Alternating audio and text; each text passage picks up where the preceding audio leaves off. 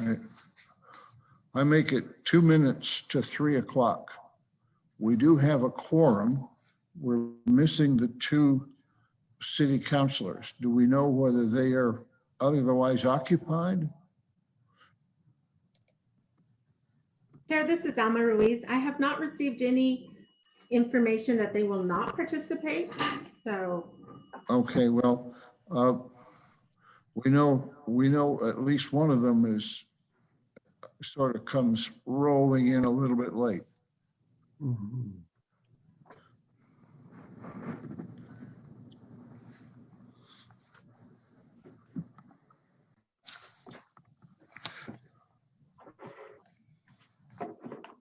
Since it is 3 o'clock, I am going to call the meeting to order. And I have a couple of announcements before we begin. First of all, as the Attorney General has advised us, when we're conducting these open meetings over a medium like Zoom, we need to observe a couple of rules. The first rule is that anyone who speaks needs to identify themselves before they speak. And this is William Little, violating my own rule. And the second thing is, and this is what we always do, and that is that all of the votes will be by roll call so that all the names will be going out over the airwaves. Third rule is that if in fact the communication fails at some point, we need to suspend the meeting until that communication link is reestablished. And with that, the first order of business is to inquire of the board and of staff whether anyone has a conflict of interest with any item on the agenda today. None. Okay, hearing no affirmative answers and no conflict from staff, Ms. Walsh? No, sir, no conflict from staff. Okay, and the chair as well. Chair, this is Alma Ruiz, Senior Office Manager for the Utilities. Can we please do a roll call by name for any conflicts, please? Sure. Yeah, one thing that I neglected to do was to write down everyone's name as they signed on. So Commissioner Archuleta, we are calling the roll to see if anyone has conflict of interest. Commissioner Archuleta.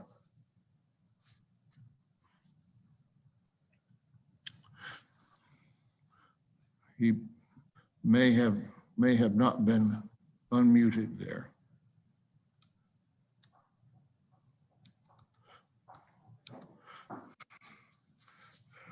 Commissioner Carmichael. Commissioner Carmichael, no. And Commissioner Hardy. Oh, Commissioner Hardy, no. okay. Commissioner Bencomo. None. Commissioner Johnson.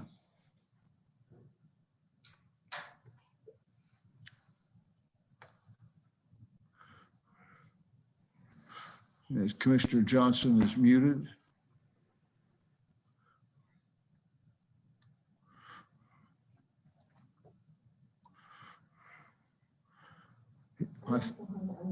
I thought Commissioner Johnson was on the call. Is he still there? This is Alma Ruiz, Senior Office Manager for Utilities. Yes, he is there, and I believe he was unmuted for a moment. There he is unmuted now. Okay, No conflict. I finally figured out which button to push. thank you. And Commissioner Sorg is still not on. Yes, he is. Commissioner Sorg, do you have any conflict of interest? No, not at all. Okay, thank you. And the chair, none. Thank you. Let's try going back to Vice Chair Archuleta, please. Okay. Vice Chair Archuleta, do you have a conflict of interest with any item on the agenda today?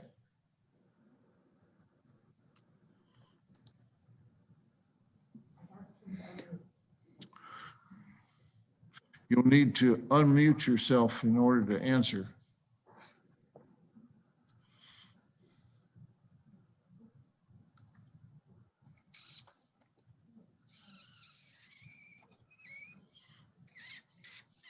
Okay, I do not see Commissioner Archuleta on.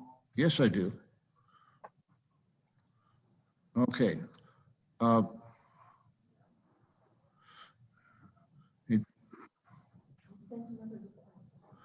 He's got his camera and his microphone both turned off. Commissioner Archuleta, if you just press the space bar, let's try to see if that works for unmuting you.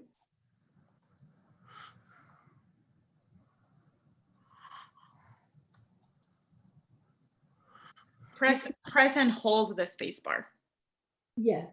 Press and hold. That's a good suggestion. If not, we can move on because the majority, we have the motion. Okay, Can you hear thank me you. now? Yes. Can you hear me now? Yes, we Yes. can. Okay, do you have a conflict of interest with any item on the agenda today? I do not. Thank you. All right. Okay, now, next item of business is approval of the agenda. Can I have a motion to approve? So moved. Archuleta. Thank you. And a second? Commissioner Hardy, second. Thank you. Any additions or corrections to that agenda? Hearing none, I'm calling the roll. Vice Chair Archuleta, Aye. Commissioner Bencomo, Yes. Commissioner Carmichael, Yes. Commissioner Hardy, Yes. Commissioner Johnson, Aye. Commissioner Sorg, Yes. and the chair, yes. Thank you.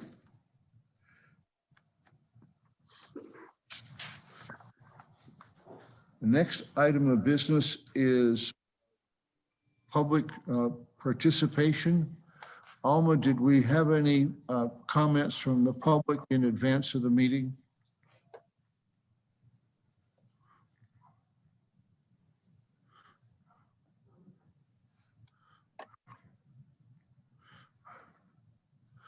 She's busy running slides. Mr. Chairman, Delilah Walsh, Utilities Director, and no, we had not received any public comments or input prior to the meeting. Thank you so much. Okay, the next item of business is the administrative report. Thank you, Mr. Chairman. Again, Delilah Walsh, Utilities Director. We'll start off with Mr. Provencio. Good afternoon, Chairman, Commissioners. Jose Provencio, Deputy Director, Business Services. I will update you on the October activity for our utility assistance programs. First slide presents the somewhat muted activity except for promise to pay and LIHEAP assistance updates. Those programs continue in spite of the COVID restrictions. If I may ask the slide to be forwarded. Slide 4 has the information, most notably the Casa de Peregrinos budget funding that started off at the beginning of the fiscal year. That funding has been fully dispersed. We're into the emergency assistance funding that was approved by City Council on August 27 of this year. And the data there presents the activity, both residential and business customers, for the assistance that has been provided to our customers. The next slide, if it could be forwarded, will present the current status of the assistance that's available as of the end of August, which is a little over $81,000. And With that, that provides the snapshot for the month of October. And I'll stand by for any questions you may have. Great, thank you. I'm informed that there was in fact a comment from the public. Oh, okay. Yes, thank you. Alma Ruiz, Senior Office Manager for the Utilities Department. We did get one email inquiry to as follows, and I can read it into the record. Please. Greetings, counselors and chairman. This comes from Gregory Shervanovic, and that was sent today at about 12:28 p.m. via email. I would be interested in having an explanation of consent items 6.1 through 6.3. What revisions were needed to the sections of billing, which are not in effect for the ADA requirements, and need administrative changes? Item 7.1 is asking to extend gas conversions. What was missed by the original contract, and was it not completed already? Will this also be part of the original agreement concerning repayment if the percent of savings is not met? Mayor always asks about this agreement.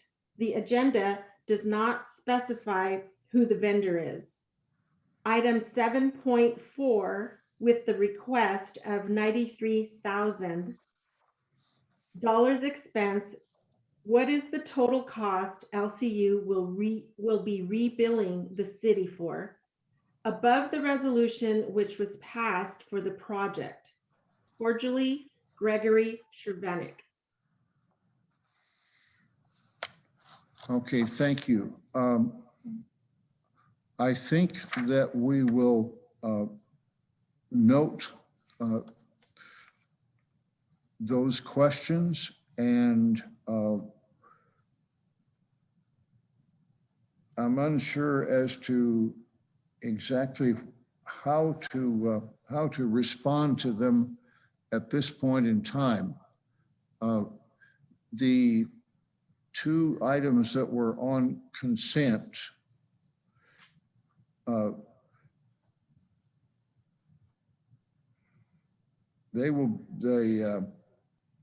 changes will be spelled out in the minutes, but does any member of the board want to pull any of those things off consent so that they can be discussed here for the record? Mr. Chairman, I can expand on the public comment regarding the consent items, if Please. you. Please do. Delilah Walsh, Utility Directors for the record. Essentially, all we're changing is font formatting in those three items. And this has to do with the ADA compliance for when those tariffs are published on the website. So there are no rate changes, there are no assessment changes. It's simply for the font and the layout to be compliant with ADA search requirements. So as you know, government entities have to be compliant with new website rules regarding ADA governance, meaning links have to work a certain way, font has to appear a certain way, things have to be legible, and it has to be searchable. So those are we're only changing formatting. Okay, thank you. That sounds like the answer that the commenter was asking for. And as far as the other items later on, we will bring those up when we take up those resolutions. So, given all that, let's go back to the administrative report and ask Mr. Provencio to continue. Chairman, Commissioners, that concluded my presentation for the utility billing assistance for the month of October.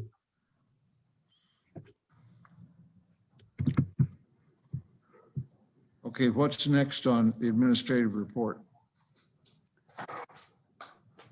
Mr. Chairman, before I continue, I do want to comment on Joe's report regarding utility assistance.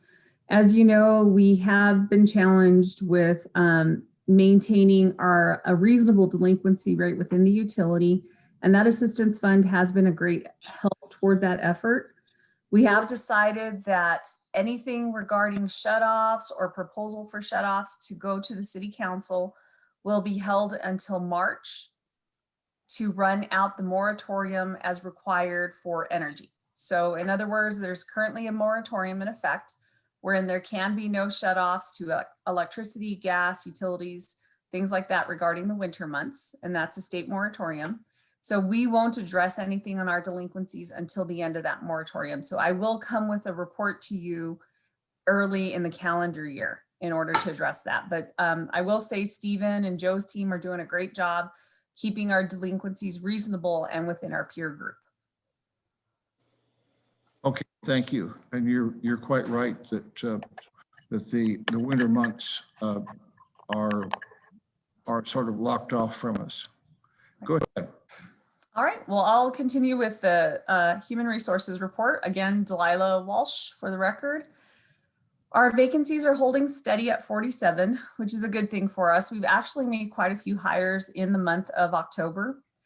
You'll see that most of our progress again for the net change over last year has been in water, but we're finally seeing some movement in net change in gas. And that means gas is finally eating into that vacancy pool. What I mean by that is, and I'll pick on gas particularly, they've hired several people, but because they're promoting from within, their vacancies don't seem to catch up. So they're finally getting to the point where they've promoted staff from within and they're filling the lower and entry level positions. So we're finally seeing progress in eating up that, that gap in vacancies. So that's great news for gas as well as everybody else. If you'll go to the next slide. I'll be completely honest with you, the strategic business plan result to fill vacancies within 6 weeks is very far out in reality. I don't think we'll even be able to address it until well into FY22, meaning sometime in July of 2021, we'll be able to start working toward that plan and that goal. The reason being, every month you'll see it takes a little bit longer and longer to hire people. October, we actually saw a little dip. We were rising to almost 40 weeks to hire somebody and it came back down to 37, which is a good sign, meaning that we're pushing through some of our hires a little bit quicker. But based on our COVID world and the challenges that the city sees with staffing and onboarding and all the other demands that we're dealing with related to COVID, it's just not going to be something we're reaching until next year. So I just want to be very honest and upfront with the board of what's actually going to be a reasonable expectation. If you look at the chart to the right, we've seen a lot of improvement in HR, where in some of the task ownership, where the vacancy and hiring workflow process stops, that's really dropped. HR has pushed out quite a bit of items. They're getting us more information on releasing applicants and getting our positions filled. So that's been good progress on ours. I'm very happy to say in October, we had that little jump from 2% to 6% of inflow. So that means the hiring process is either the position is open or we've made an offer to a candidate and we're just waiting to onboard them. So even though it's only a 2 to 6% jump, it is significant for us because that means the process is moving forward. Ideally, that's where we'd like the majority of our tasks to be living. Next slide. This is William Little. I have a question. Yes, sir. Do we yet have our HR specialist for utilities on board? We do not. That position has closed. We had 97 applicants. We've remitted our selection process to HR, and we just need them to review the process, review the applicants, and then release them to us.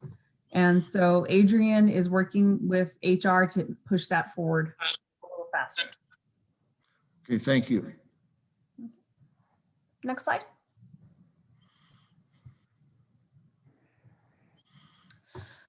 I really want to point this out since last year, we have filled 59 positions. That means we are onboarding more than one new staff member every week. And it could be a promotion, it could be an internal fill, it could be a transfer from somewhere else in the city. But even though our vacancies are at 47, it is significant to note that we've filled 59 of those positions. It's simply that churn, that promotion, retirement, things like that are consistent with the utility. As you know, in utilities, we do have a more experienced staff. So we have some older staff members. Typically by the time you get to utilities, you have certifications, you have a high skill set. Our job descriptions do require a very well-qualified candidate. And with that, that just means they're later in their careers. And so we see on one hand, some of our employees are retiring, and I'm sure we're going to see another round when we come to December, just as we did in July. But when we train our employees, because they're great, and I'll just say it's because our department is great, we also see them taking other opportunities where they may have more pay, more options. I'll pick on Alma's group a little bit. She's got a great staff and they're very, very well trained. And so they're highly valuable assets to the rest of the city. And we're constantly under threat to lose them to promotional opportunities as we try to get our reclassifications done. So it's a multi-pronged problem in the needs that we have for specialized staff. The staff that we do train, they are great, and then having to compete in the market. So we are making progress, even though it doesn't feel like it when we look at the number of vacancies we have. And we've done all this in spite of the challenges that have been presented in our new COVID normal world. We are awaiting the following from HR. We're still waiting on the 7 reclassification requests. We had sent that to the ACM prior, I want to say last month. We sent another request to our HR analyst of the reclassification requests.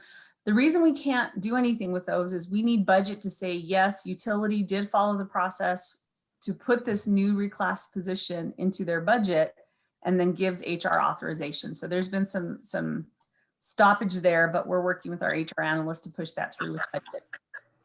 We're also still waiting on new job descriptions. 9 positions are awaiting release of candidates. So that our staffing specialist is one of those. That means the position has closed. We've submitted our selection process, and HR has to compare candidates to selection and release those applicants to us so we can start ranking them. We're also waiting, 5 positions are waiting posting to NeoGov. That means we've loaded the requisitions into NeoGov, but they're not published yet because HR has to do the final approval. And 3 positions are waiting HR authorization to interview. So that means we've gone through the candidates, we've ranked them, and we've selected who we want to interview. HR still has to approve that process for us to move forward. So there are a lot of steps where we have to check back into HR, and then they've got a lot going on too. I won't I won't even pretend to understand how much paperwork they have going on right now, especially with COVID and FMLA and all the other challenges. Next slide. Okay, one moment. Yes, sir. Commissioner Sorg had a comment. Oh, very quickly, I noticed the turnover in staff of Alma. We keep getting emails from different people all the time, and it's hard to find messages in our long list of emails. I wish there was one way to get to sort those. Well, I could sort out the utility messages into a separate folder, but much work. Never mind. Well, perhaps we can do something, Commissioner. Maybe just like a one board account or board admin account where we generate the emails, but we'll definitely look into that. I know we've had to do it before with a different entity where we actually had a separate Google account that all the board information only came from that account because of the same issue with staff turnover. But we'll definitely look into that. I think that's valid. Okay, thank you. Go ahead.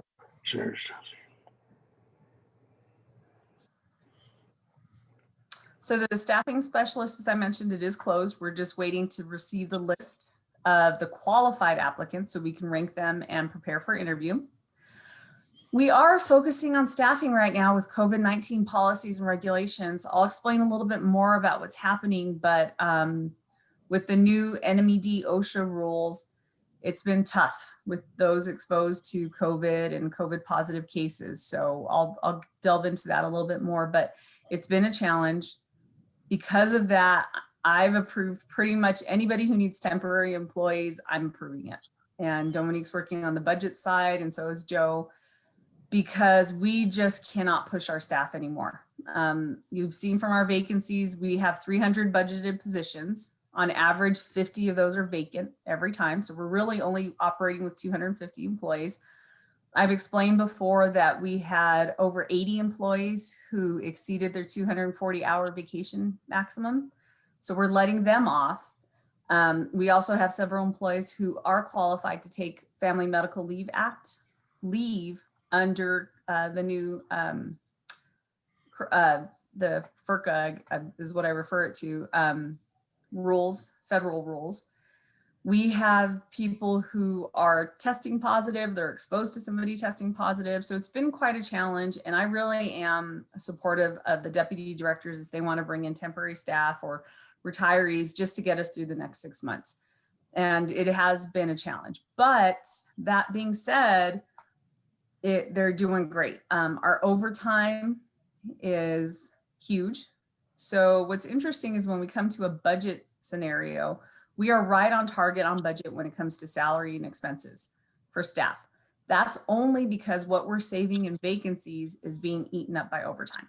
And that's a pretty fair ratio of what's keeping us in balance on those budgeted expenses. I do still have several pending items for you regarding, overtime report, longevity analysis, temporary staff analysis.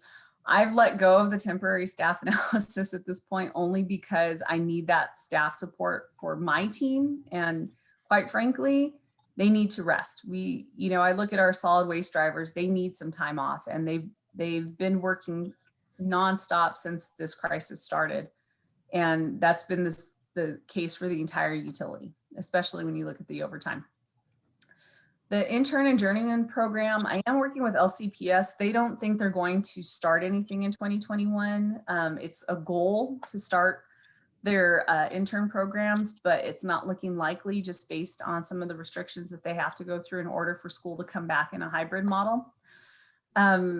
The journeyman program, we're just a little bit slow hearing back from the state of New Mexico. We've got some plans, but again, that I'll need the staffing specialist in place in order to pursue that. I am very excited to announce 2 of our interns are on track to graduate in December. And I know Adrian and John have both, 2 of those 47 vacancies have been set aside for those interns as they have a position promised when they complete school. So we're going to be very excited to bring them to you either in December or January as they wrap up their program. Adrian and John are working with Donna Anna Community College. We have a little bit of budget money left over for the fiscal year. And rather than pursuing a brand new intern starting at the very beginning of the program, they're going to be talking to DACC to identify students who maybe have already made that commitment to a water technology field. And maybe they just need a little bit of assistance to finish out school. Maybe it's a semester, maybe it's 1 year, but they're a little more invested in that program and that career. And if we can identify somebody who would be a benefit to the utility, perhaps we expand the internship program to them. They've already started the coursework. They know what's expected of them. And it's somebody that we'd like to bring in. So we'll be pursuing that in the spring semester. Next slide. Oh, that was it for the HR report. I'm sorry. Are there any questions for positions or staffing? This is William Little. If you were going to switch your attention to any of the pending items, I certainly would think that the longevity and potential retiree analysis is the one that is most likely to turn into a landmine. Commissioner, Mr. Chairman, I have to agree with you. That's the one. I've already done the initial report and I'm concerned, especially with our staff. One of the best strategies for us doing that is to have those succession positions like an assistant manager or assistant supervisor in place And those are the reclassification and PAQ requests, the new job description requests that we're waiting on from HR. So that I agree with you 100%. And we need to address it on succession planning. Thank you. Go ahead. All right. We'll go to the next slide then on our COVID report. Just as always, our continuity of operations plan is still in place. All our programs are 100% operational. My team members are a little tired, but they're showing up and they're doing the work without complaint, and they're doing a great job. So they are my superheroes, and we refer to them like that constantly. Our return to work plan is in effect under the current phase of the governor's orders. Her order expires tomorrow. I'm anticipating there should have been a press conference today, or there might be one tomorrow. And we'll see what changes with that. I don't anticipate any changes. We are keeping our building levels as is, no shared offices, 5 or less people. Everybody has to social distance, has to wear their masks. With the case count in New Mexico, I don't anticipate the governor loosening any of her regulations or requirements. I do anticipate there may be more restrictions, but our concern right now is controlling that spread, especially here in southern New Mexico, where we've been identified as a hot spot. We are trying to keep as many people remote as possible. We are a utility. We are an essential and critical business. We're keeping people out in the field, but we are trying to keep them separate and control that spread. I am continuing with our weekly sit reps, and our PPE is adequate for our associates. So Gary's done a great job in the warehouse. Joe's team, Eli Duran and his team are doing a wonderful job sanitizing in the utility. I will tell you a challenge right now is under the new NMED and OSHA rules. If you are exposed, close contact, and close contact is defined as being under 6 feet for 3 minutes or more with a person who is COVID positive. So that close contact exposure, if you have that type of exposure, you have to be quarantined for 14 days. So it does not mean you're COVID positive, but if you've had that close contact exposure under 6 feet for 3 minutes or more to a COVID positive individual, NMED/OSHA does require that our employees stay away for 14 days. The only exception we have is if operations were to shut down completely due to that employee's absence. So if I'm knocking on wood, God forbid anything happened where we lost an entire response crew and we have to bring in somebody, that's when NMED would approve it. But we actually have to go to NMED through HR and justify why that employee needs to come back, even though they were exposed to somebody. And I'm not talking about bringing back positive employees. That's not a discussion. If you're positive, you stay in isolation, period. I'm talking about if you were exposed to somebody who was positive. So that's been a rough one, only because we have quite a few individuals whose household members are testing COVID positive. And that was expected with this type of surge. We understand it, but it puts quite a strain on the utility. So that's the one that's been pretty tough. We could have it where our entire admin staff has to be home. So it's been quite a challenge for the utility to comply with that. NMED is very strict about bringing people back, and I completely understand that. The whole purpose is to control that. But it is quite a challenge for the utility because we don't do our work from computers. We have to be out in the field. And so it's again, just challenging. And so in some of our sections, we will be bringing on contractors to help us with some of the maintenance. But I'll tell you now there are things that are going to drop. And it doesn't mean that our services are going to drop. We'll still deliver the same services with the same consistency and continuity that our customers expect, but we're going to be a little bit slower to respond to things like leaks or even just emails. It's been a little bit overwhelming with a shortened staff. Next slide.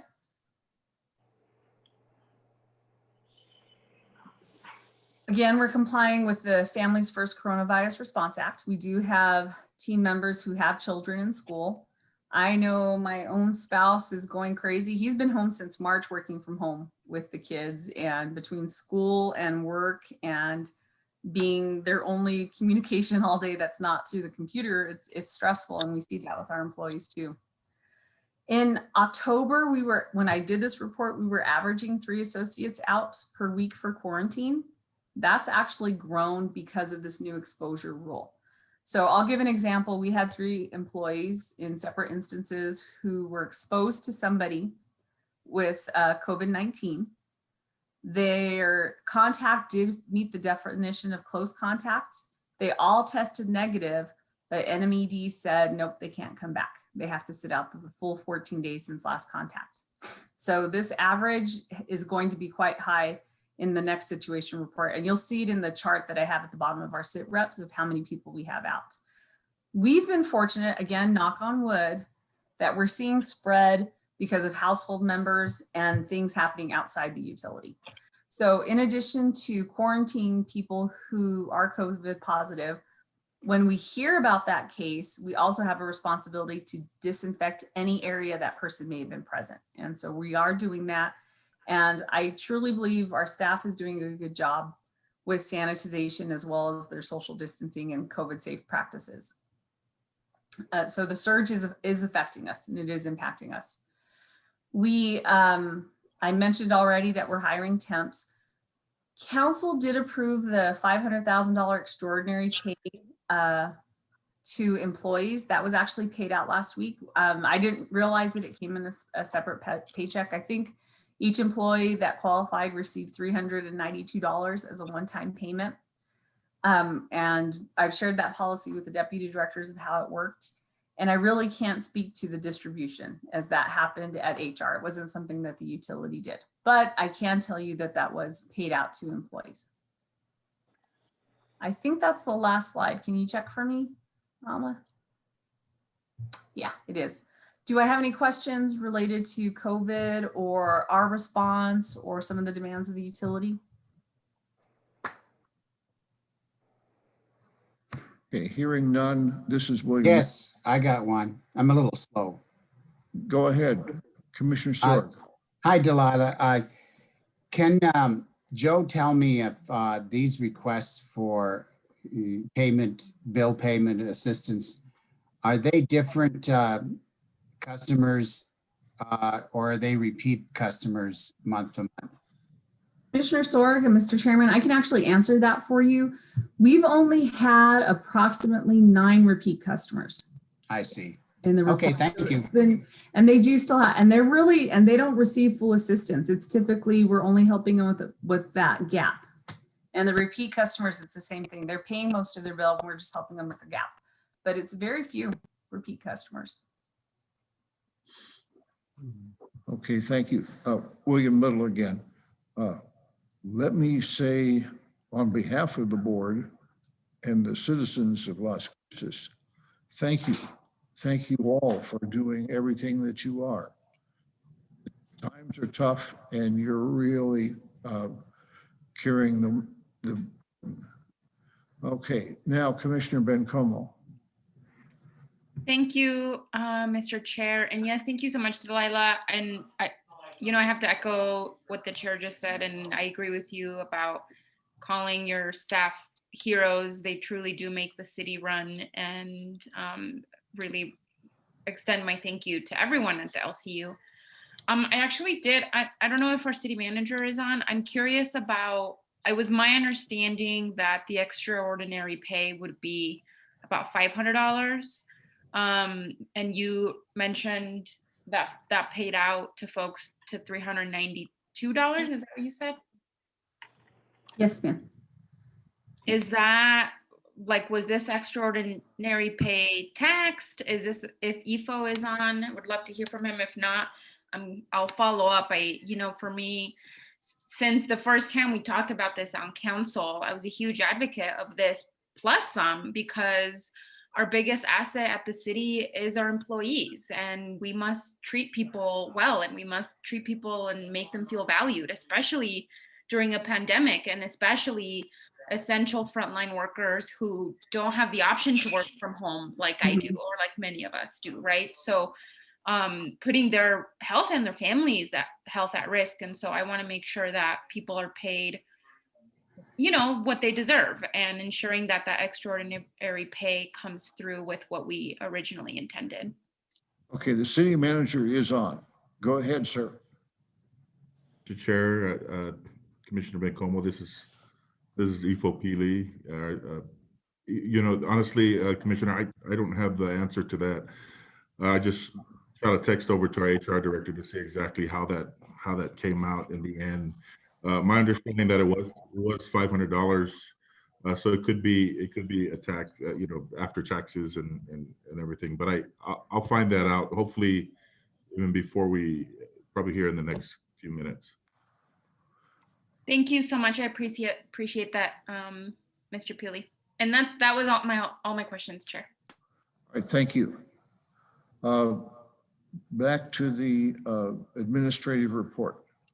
Okay, thank you, Mr. Chair. We're on the water litigation. I will turn that over to our interim assistant director, Adrian Widmer. Hi, Mr. Chairman, Commissioners, Adrian Widmer, Interim Assistant Utilities Director. As we go through the water litigation, I'll give you an update. For the Texas versus New Mexico, mediation statements are going to be due on November the 16th. We're anticipating that mediation will begin on December 14th.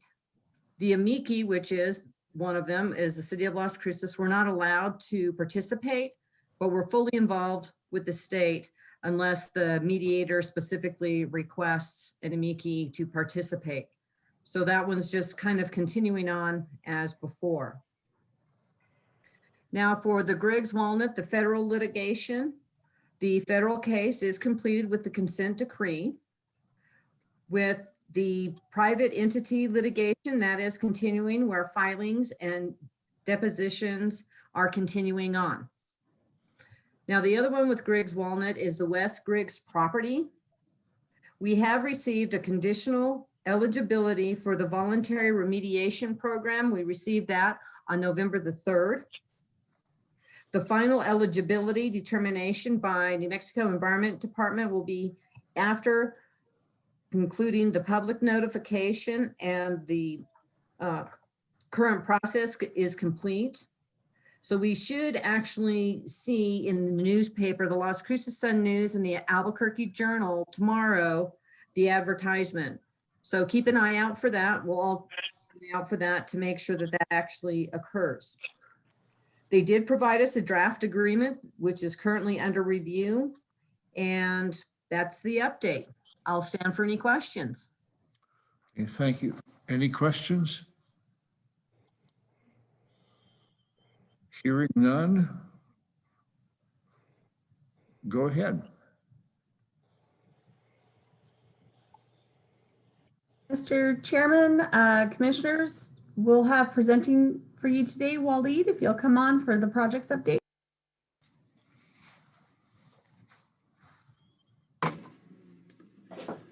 Good afternoon, Chairman and Commissioners. I'm Waleed Abu Isa, Senior Engineer at the Utilities Technical Support Section. And I'm here today to update you on the following projects. Trevi's Water Gas Improvement Project, number 19-20-138. Water Production Shop Restroom Addition. Water Production Facility Roofs Project, number 20-21. LCU 006. Next slide, please.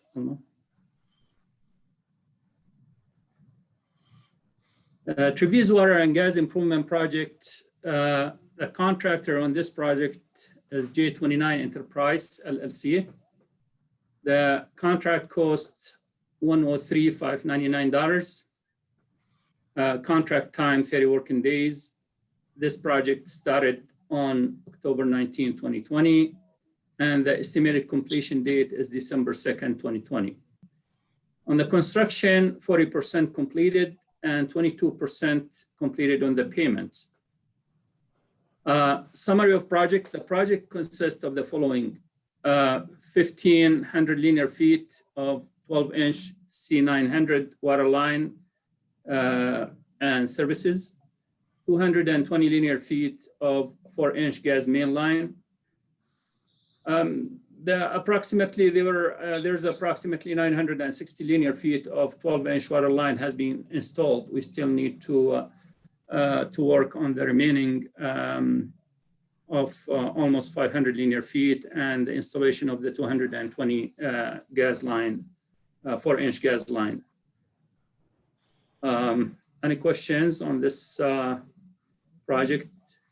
The next slide, please. Alma, I need to show the map for the project, please.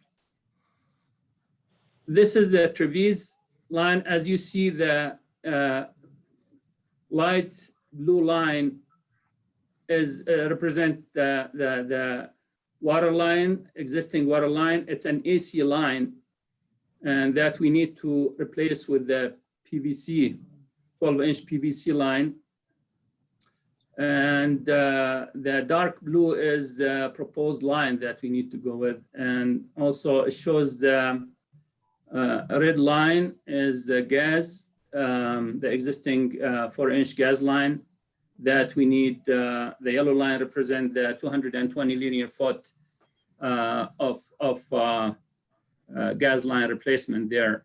We need to follow the alignment of the street and MDOT street. That's why we need to lower existing and install this 220 linear foot right there. Any questions on this project before I move on to the next one? This is William Little. One short question. I Yes. noticed that the water line at both ends reconnects to existing AC pipe. And so obviously there will be some more work at both ends of this. That's correct. 03132. Okay, Is go there- ahead. Thank you. Yes, sir. Thank you.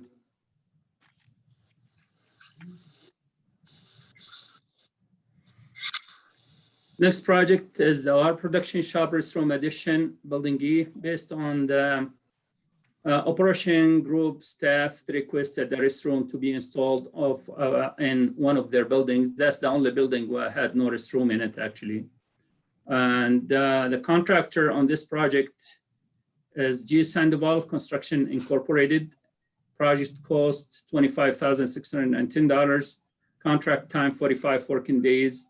Project actually completed. It started in August 10, 2020, and it was completed in October 14. But we're still pending. We need to process the payment for this contract. So I just wanted to inform you, Chairman and Commissioners, that this project has been completed successfully within budget and on time.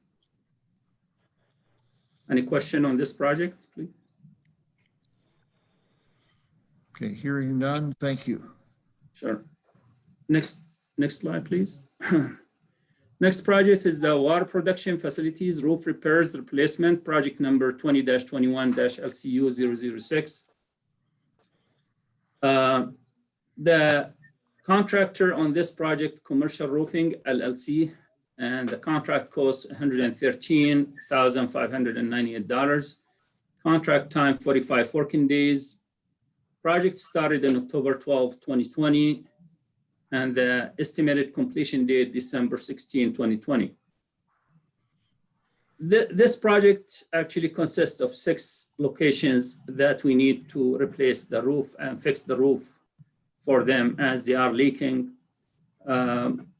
So they're about 50% completed roofs, which is 50% on the construction. 3 sites has been completed, which are the Summit Chase Booster Station, Las Alturas Booster Station, and Will 38 building. The remaining, there are three sites, of course, and we still, payments still pending to process the first P application on this project. Well, with this, I conclude my updates, and I will stand by for any questions that you may have. Okay, any questions on any of these? Hearing none, let's go forward. Thank you.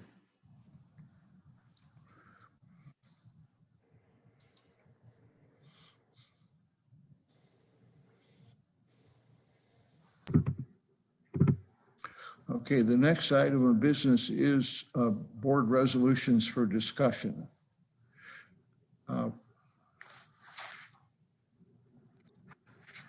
First one is Resolution 1920-061A, a resolution approving amendment number 1, requesting additional funds for the gas meter conversion project under invitation to bid 1920-061 for a new project amount of $1,358,244.06, including New Mexico gross receipts tax. Have a motion to approve. Archuleta, yes. Thank you. And a second? Johnson, second. Thank you. Discussion. Mr. Chairman, we'll have Mr. Garcia cover this one. Lucio? Good afternoon, Chairman, Commissioners. Lucio Garcia, Deputy Director for Natural Gas Operations and Maintenance. Resolution 1920-061A is an amendment for additional funds for the gas meter conversion project. Just a brief history, and as you may recall, this project was bid out in December of 2019, and it was a project in support of the utility projects for the installation of the ERTs. As far as gas was concerned in that aspect, we were not part of the pro forma, but as part of the project that was going to include installing ERTs, we identified meters that would have to be replaced that were old meters. So as they came in and they put their ERTs, so we eliminated those from the contract. And as a result of that, we ended up with a meter conversion where we also upgraded the meter and installed the ERT. So that eliminated us from having to throw away the old ERTs that were going to be put on old meters that were going to need to be replaced anyway within the year. Now, the project was bid in December, and it was approved by the board on March 12, 2020. Now, the project didn't start till May of 2020, and it pretty much went through August the 31st is when we have the data for the last that we used the contractors for this. The contract is for a year with the 1-year extension on it. And to date, Hydro Plumbing and Mechanical has installed 712 meters, Maddox has installed 1,408, and RJR Enterprises has installed 1,089. Now, the request for the additional funds, if discussing the timeline when this when the contract was approved for the 3 contractors is when we were hit with COVID. So the request was that we immediately received from some of the contractors was the associated cost for sanitization, disposable gloves, coverings, pre-work and post-work sanitization. In addition to that was the time and the cost and materials as we moved on through the project. Next slide, please.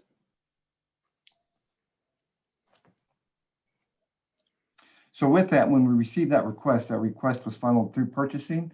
We met with purchasing and legal with each contractor individually. And we analyzed each one of their requests for additional funds based on each request. All 3 were different. We mutually came upon the agreement of what you see here for hydromechanical. It was $40 per meter. So their new price would be $178.50 per meter for the 1,500 that were in the contract. For RJR Enterprises, it was $40 as well per meter is what we mutually agreed upon for a new meter cost of $205 for their 1,500 meters. And Maddox was $25 per meter for a total cost of $270 per meter for their 1,500 meters.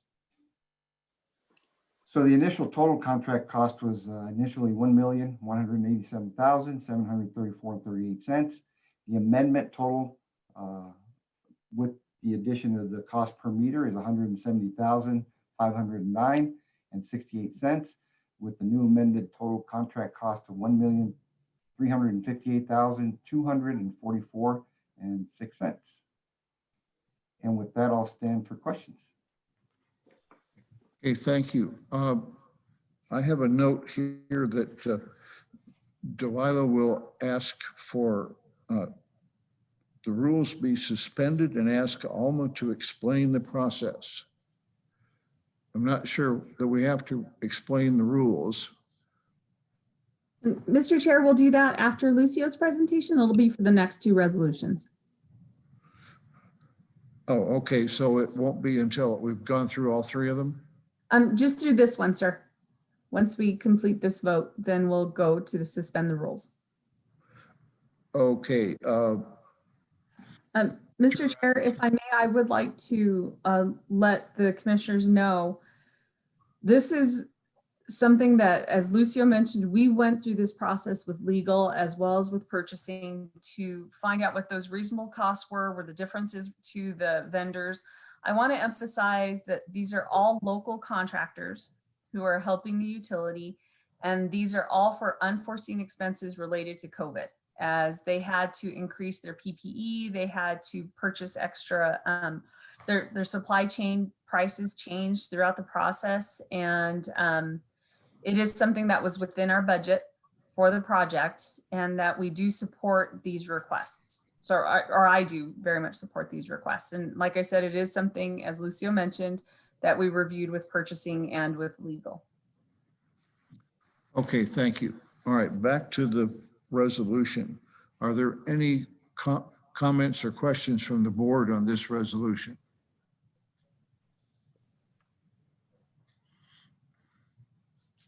Hearing none, ready for a vote.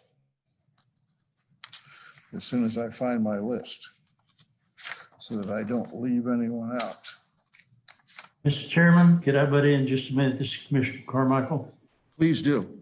Did we answer the question that the gentleman had? Sort of. I didn't get the question down that well. And this is a good chance to do that.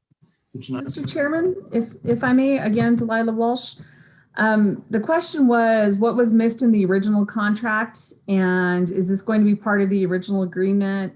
Was there a percent of savings that's not met?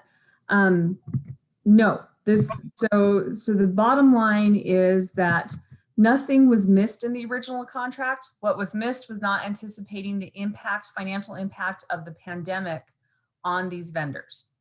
And so it's not that we missed work. It's not that we expanded work. It's not that we left anything short or that we made a mistake in the process for the award. It's simply we could not anticipate the financial impact of the pandemic on these vendors. Thank you. Okay, any other questions? Ready for a vote. Commissioner Archuleta. Yes. Commissioner Bencomo. Yes. Commissioner Carmichael. Yes. Commissioner Hardy. Yes. Commissioner Johnson. Aye. Commissioner Sorg. Yes. And the chair, yes. Thank you. Thank you.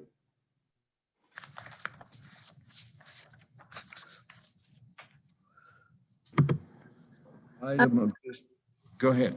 Mr. Chair, prior to the next item, I believe Mr. Peely has followed up with HR on how the distribution occurred with the extraordinary pay to answer Commissioner Bencomo's question.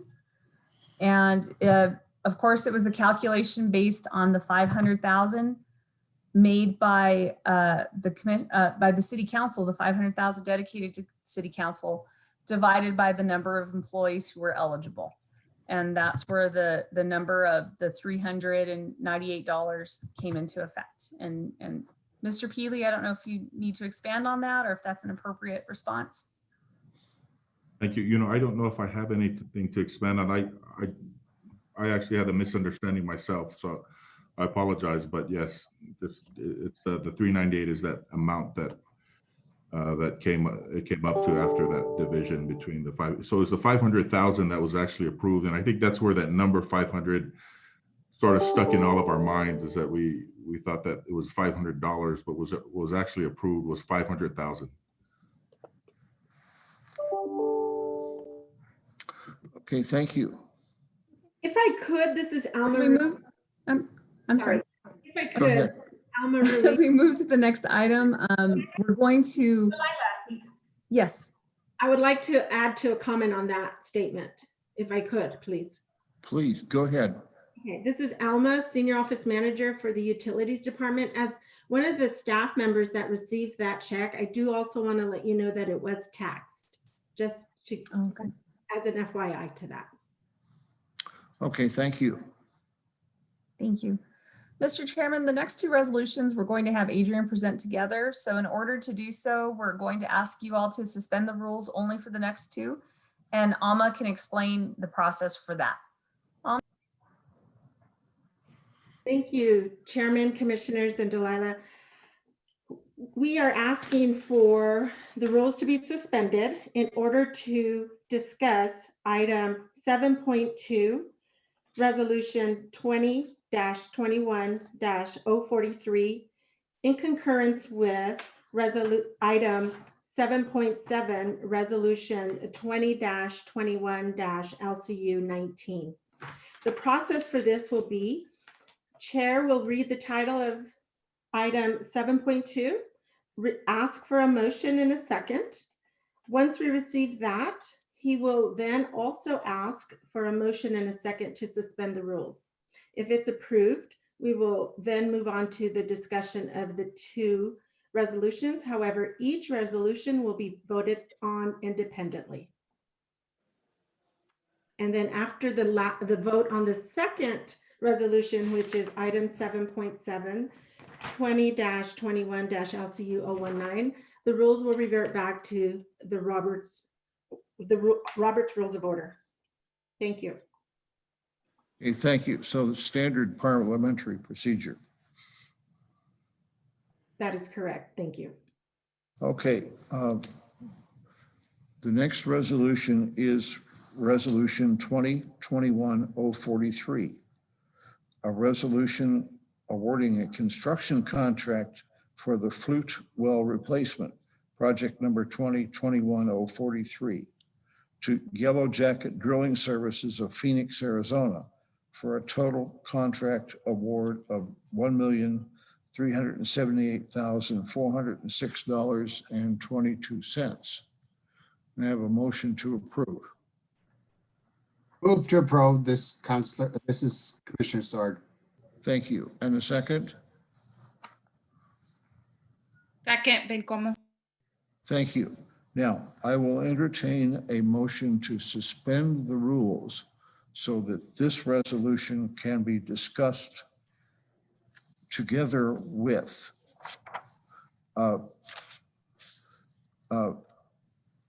Resolution 2021 LCU 019. May I ask? Carmichael, so move. Thank you. And a second? Johnson, second. Thank you.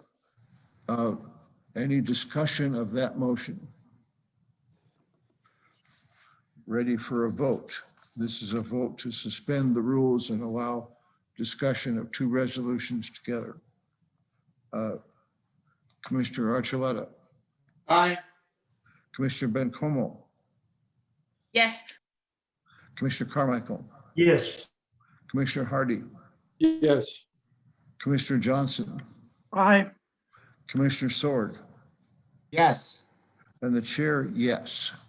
Very well. Let us proceed to discuss these two resolutions together. Mr. Chairman, Commissioner, thank you very much. Adrian Widmer, Interim Assistant Utility Director. For this, we have multiple monitoring wells for the Griggs Walnut Superfund project, 5 of which are Flute wells, where Flute stands for Flexible Liner Underground Technology. And essentially that's what it is. It's a liner that slips into the well that's filled with water, and then you're able to actually pull samples directly out of the aquifer in separate spots. They're rather old. They have failed, so it's time to replace them. As part of the project, we have requested that those actually end up getting replaced and changed out to more conventional wells, so that we won't have to come back and do this again and say another 10 years, soon as how we probably have at least another 15 years left with the Griggs Walnut project. These wells are critical for the sampling analysis and the current mapping locations of the PCE plume. Yellow Jacket Drilling Services of Phoenix, Arizona did provide the one and only low bid. And so right there, we're showing that the task description, their base bid was a little over 1.1 million. We're showing the New Mexico gross receipts taxes in approximately 96,000 with a 10% owner contingency of approximately 125,000 for a full award on this of $1,378,406.22. The funding was provided by the 6.389 million we received from the settlement agreement. With that, I will stand for any questions on this particular one, sir. Okay, we need to go ahead and also discuss the construction monitoring. Yes, sir. May I please have the next slide? So on this particular slide, you can actually see all the different monitoring sites, and the map also shows which ones we would like to have converted. Next slide, please.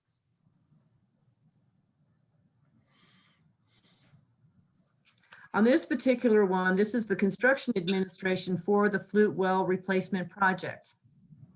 This one, we had used the engineer of record for the Griggs Walnut Superfund project. That would be Daniel B. Stevens and Associates. This construction administration will include the oversight, including any as-built reports. We will be having a well survey completed.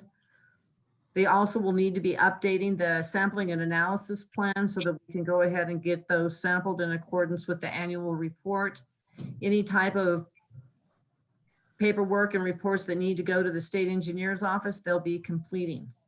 With that one, they have proposed their construction administration that would be on time and materials not to exceed of a little over $209,000.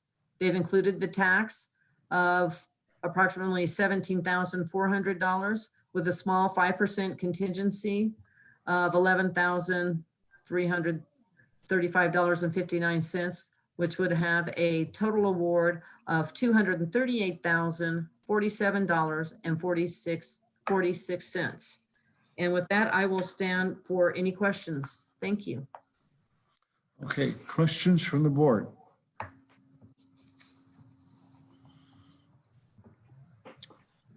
Hearing none, I have two. As far as DBS&A is concerned, are they going to have a geologist on site for the drilling?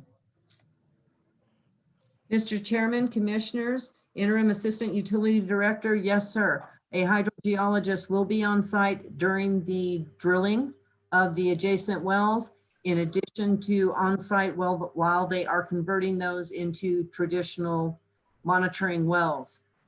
This is very specialized work.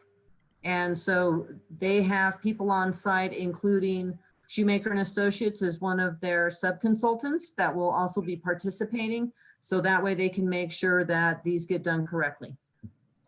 Okay, thank you. Other comments or questions? Yes, Mr. Chairman. Commissioner Sword, go ahead. Yeah, thank you. I count the wells. Maybe you said and I missed it. Are there 6 wells involved here? Mr. Chairman, Commissioners, Adrian Whitmer, Interim Assistant Utility Director, there's actually 5. Ah, okay. It's hard to see some of the marked on the map. Yes, so that it's a little deceiving. Yeah. Okay, thank you. I appreciate that. You're welcome. Other comments or questions?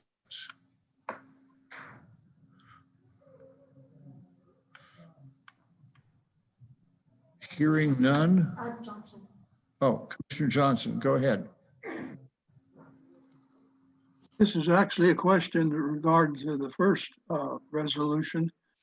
We're changing from the ability to sample at multiple levels to be able to sample at only one location. Are we losing anything significant that would affect our agreement with on the overall project on the Griggs Walnut? Mr. Chairman, Commissioner Adrian Widmer, Interim Assistant Utility Director. No, sir. What's really nice about this particular one as part of our negotiations with EPA is that although these will turn into single point monitoring wells, additional monitoring wells adjacent to on 4 of the wells will take effect. So that way we're still getting the same type of coverage. It's just going to be out of separate wells. That way we're still mapping the plume at the different levels, but there'll be separate monitoring wells. Thank you. Okay, thank you. Other comments or questions?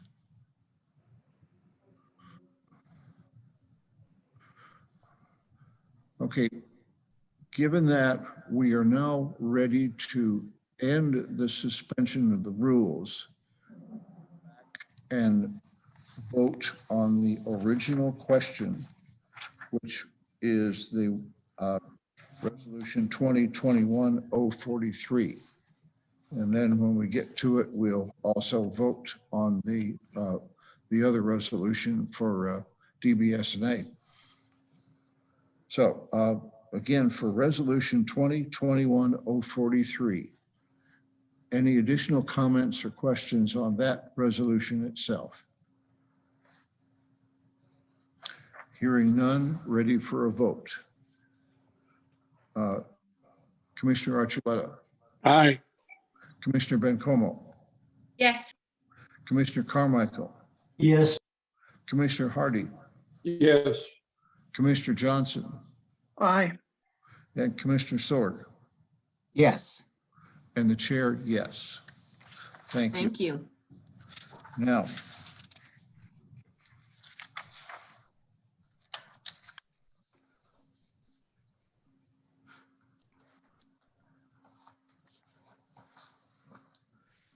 the next resolution is Resolution 2021-046.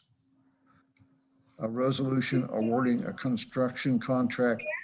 Sorry, this is Alma Ruiz, Senior Office Manager. We need an independent vote for 20-21-LCU-019. Which we will do when we get to it. That was the one that we concurrently spoke Right. of. Right, but it's number 7.7. We're not there yet. No, we suspended the rules to discuss them together, and therefore we have to vote independently right now. Okay, so we need to go ahead and vote on LCU 019 now, out of order. Yes, sir, because that's why we suspended the rules. Okay, Can you advance the slides, Alma, to the next one, to that resolution? okay. That being the case, the next resolution is Resolution 2021 LCU 019. A resolution awarding a construction administration contract for the Flute well replacement, project number 2021-043, to Daniel B. Stevens and Associates, Inc. of Albuquerque, New Mexico, for a total contract award of $238,047.46. Move to approve.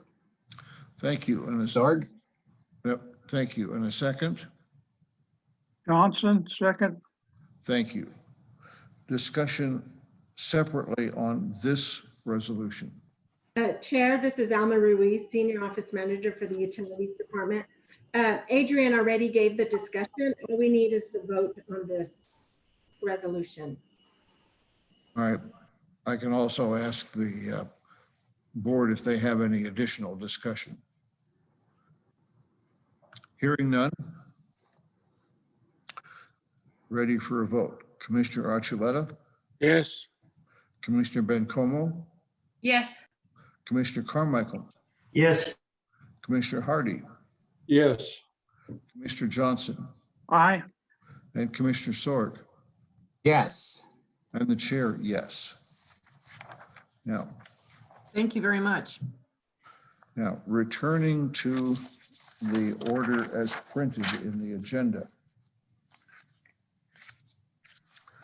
The next resolution is Resolution 2021-046, a resolution awarding a construction contract for the Peregrine Way and Mission Bell Gas Main Extension, project number 2021-046, to J21 Enterprises, LLC of Las Cruces, New Mexico, for a total contract amount of $1,474,500.71.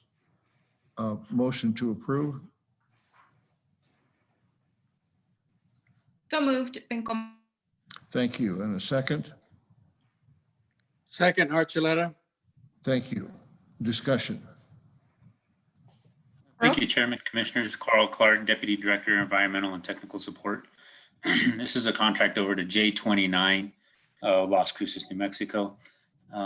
Basically, this project is for the installation of approximately 8,400 lineal feet of 2-inch low-pressure gas main at Mission Bell, and another 6,000 lineal feet of 4-inch low-pressure gas main at Mission Bell.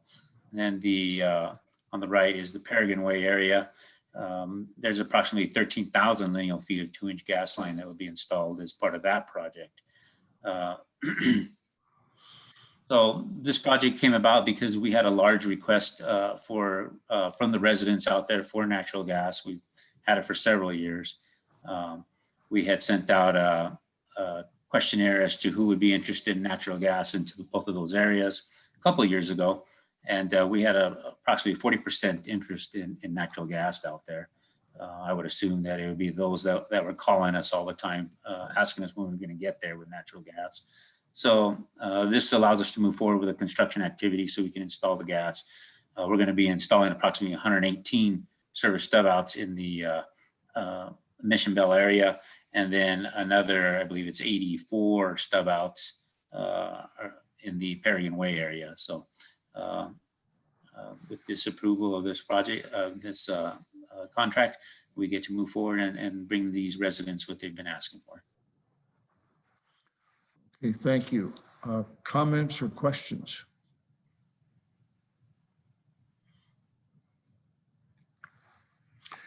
Hearing none, ready for a vote. Commissioner Archuleta, Aye. Commissioner Bencomo, Yes. Commissioner Carmichael, Yes. Commissioner Hardy, Yes. Commissioner Johnson, Aye. Commissioner Sorg, Yes. and the chair, yes. Thank you.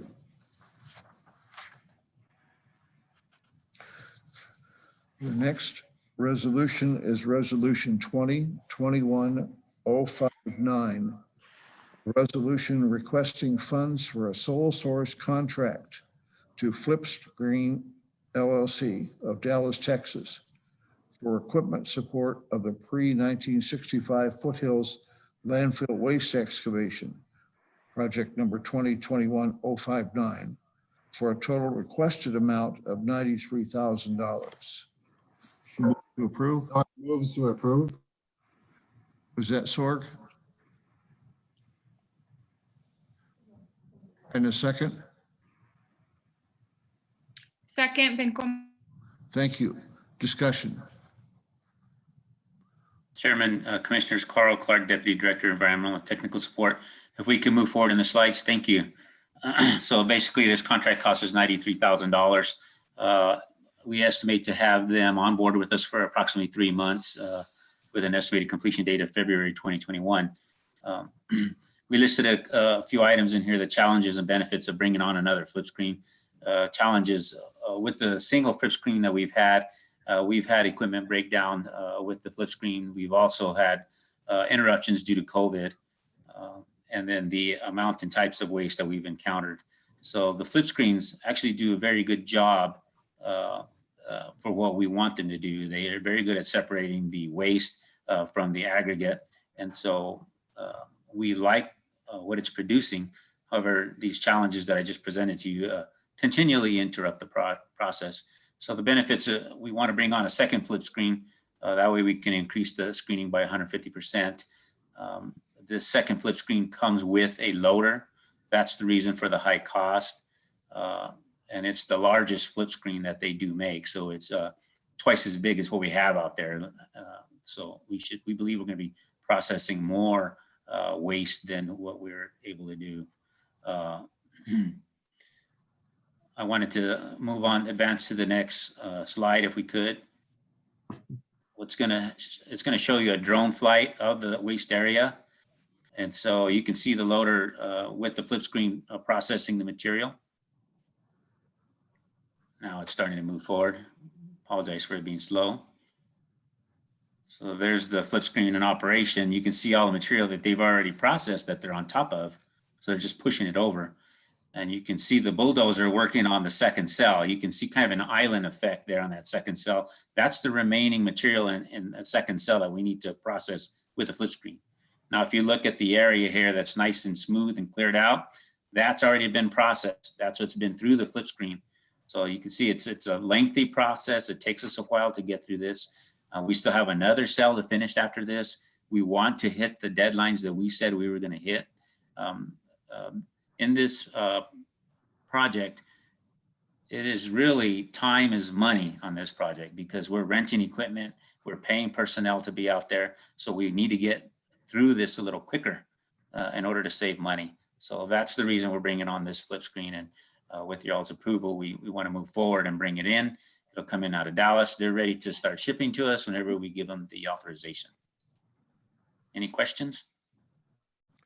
Okay, thank you. Ms. Walsh?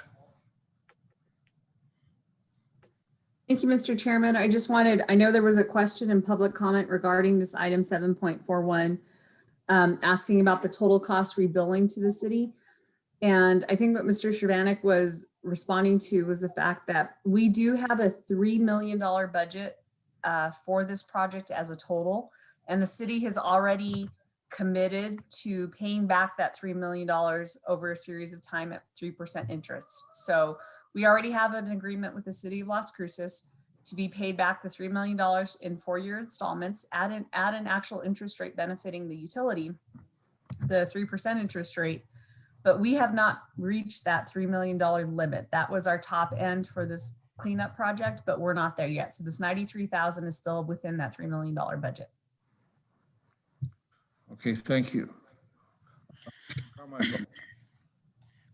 One thing needs to be added. Go ahead. Commissioner Carmichael, Delilah or Carl, is the reason for the comment in there that for 3 months, and it says something to the effect that is due to funding limitations.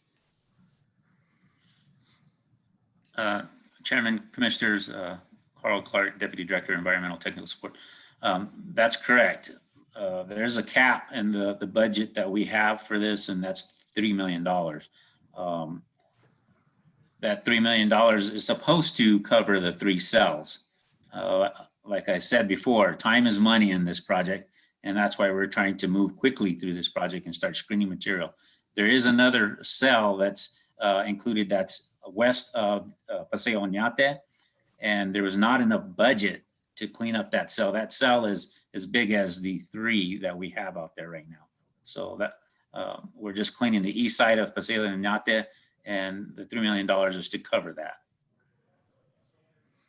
So to go back, when we get to the issue of the other cell, the larger cell, that'll be subject to separate funding. Is that what I'm hearing?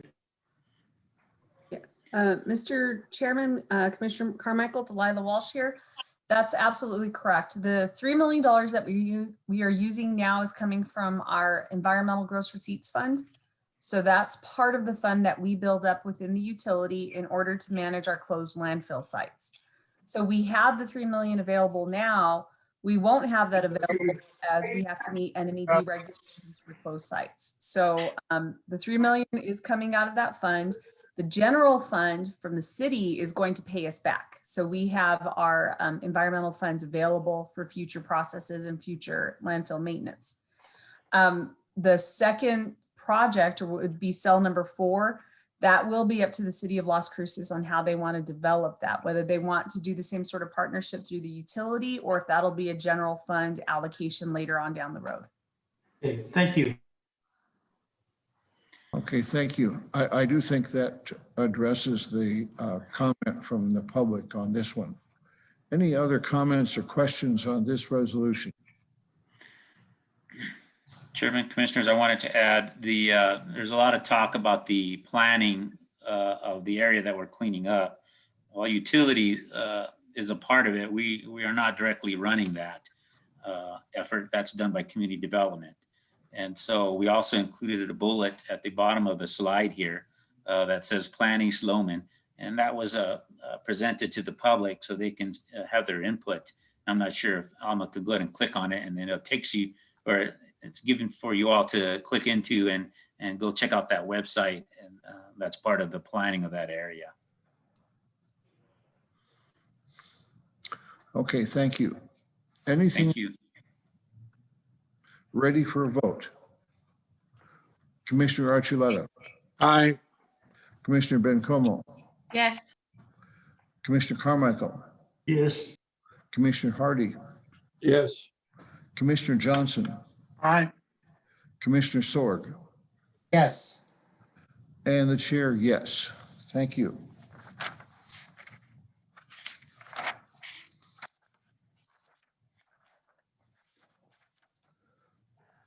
Next resolution is Resolution 2021 LCU 017.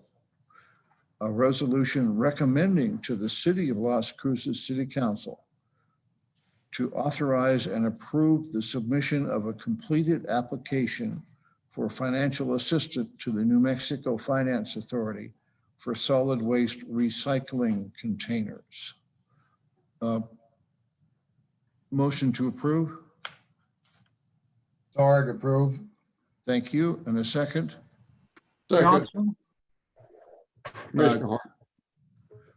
Okay, take your pick. It was either Dr. Johnson. Discussion on this one. By way of preamble, of course, the board can't spend any money. So we're asking, or can't obligate any money. So we're asking the city council to do that for us. Now discussion. Thank you, Chairman, Commissioners. Jose Provencio, Deputy Director, Business Services. Resolution number 20-21-LCU 017 is a recommendation to City Council to authorize and approve the submission of a completed application for financial assistance to the New Mexico Financing Authority for solid waste recycling containers of up to in an amount of up to $1.7 million. This is an initial purchase or as part of the partnership between Las Cruces Utilities and South Central Solid Waste for 36,595 gallon containers for the recycling program.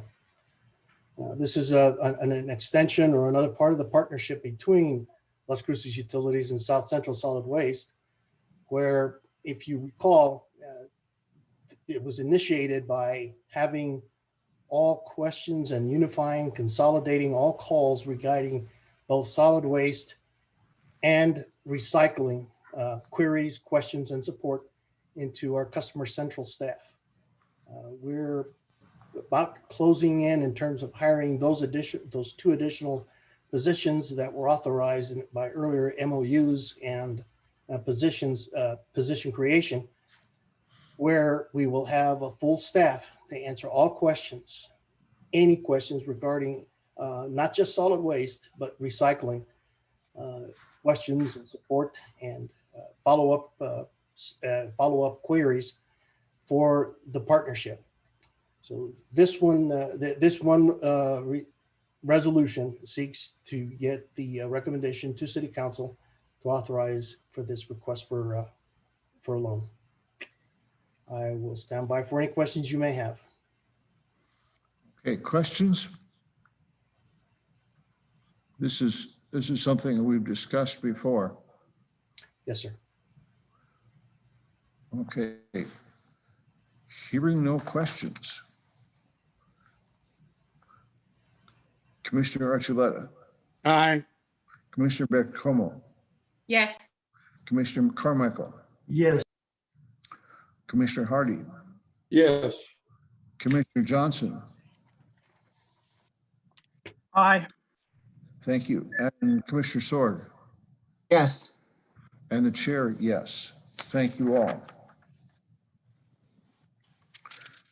The next resolution is Resolution 2021 LCU 018, a resolution approving a sole source agreement with McCarter and English LLP, law firm specializing in the energy and natural gas industry for fiscal year 2020-2021, effective October 1st, 2020 for 1 year, with 4 one-year renewals, subject to approved budget appropriations and annual renewals.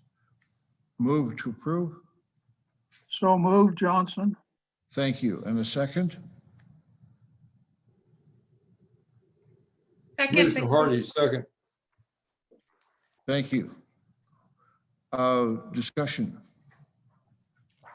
Mr. Chairman, Delilah Walsh, Utilities Director. McCarter and English is the firm that's represented the city as well as the El Paso Municipal Customer Group for well over 25 years, which is why we are going out for a sole source agreement. They are highly specialized and associated with our situation as well as our needs in New Mexico. They are a firm that represents us on federal matters, which include the Federal Energy Regulatory Commission, as well as in the EPNG rate cases. They assist us with our natural gas supply and transportation contracts. They consult and advise on a wide array of industry matters. They work rather closely with Mario Puentes, who was unable to be here today, and with Lucio and his group, Lucio Garcia. One of the biggest accomplishments of having this firm on board with LCU was the fact that they did prevail in the EPNG case that netted LCU customers the $1.04 million refund. And they have advised key city and LCU personnel on the prepaid contracts. So we use them quite extensively when we're preparing for seasonal purchases as well as prepaid purchases on the gas commodity. So the investment in McCarter and English does pay off because we do have many benefits on the gas commodity priced for our ratepayers. Next slide.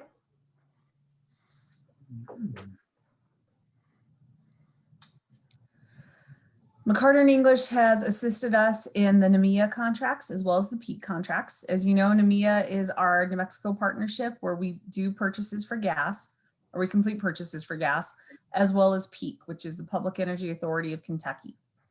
They've helped us with long-term discounted contracts.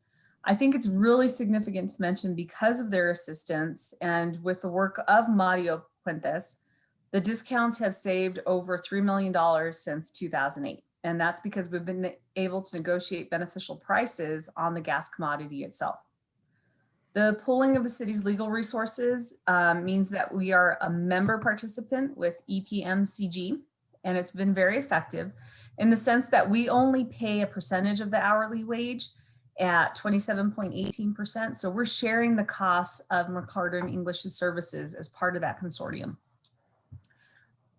We do recommend moving forward with this contract. It is, again, like I said, beneficial to our ratepayers as well as our community when we look at the cost of gas benefits. Another benefit is the fact that we have a firm that keeps us up to date in regulatory matters. And we've had this discussion knowing that energy demand and energy regulations will be changing in our world. And that's on the federal level and the state level. And as we briefed the board before, we want to be prepared on how we're going to respond to these changes. And so this is an excellent way for us to have that representation on the federal side. Okay, thank you. Other comments or discussion? This is Ed Archuleta. Go What is the estimated annual cost for this contract? Alma, do you have that amount offhand by any chance? Yes, hi, Chairman, Commissioner Archuleta, thank you for the question. This contract is $25,000, not to exceed $25,000 a year. Okay, I thought it might be more than that. Thank you. Sure. Thank you, Alma. Other comments or questions?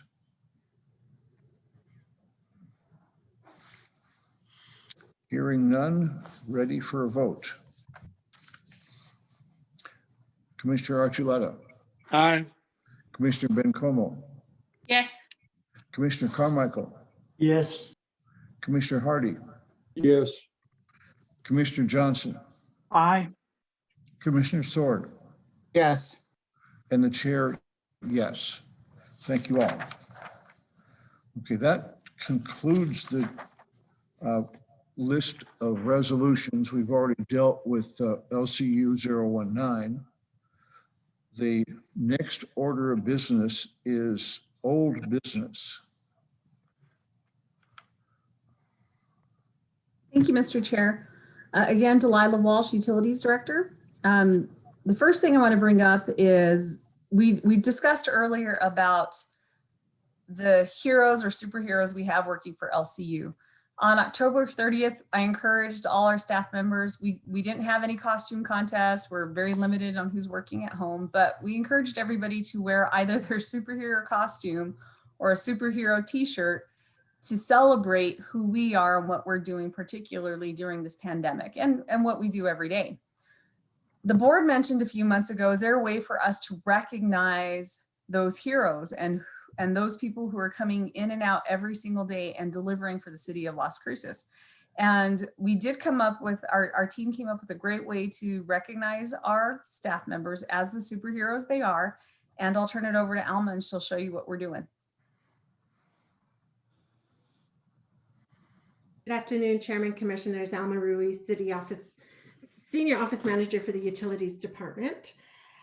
So as Delilah mentioned, we do want to take this opportunity to thank all of our associates who have worked and put in long hours, not only to recognize them, but also to let our community know that we are still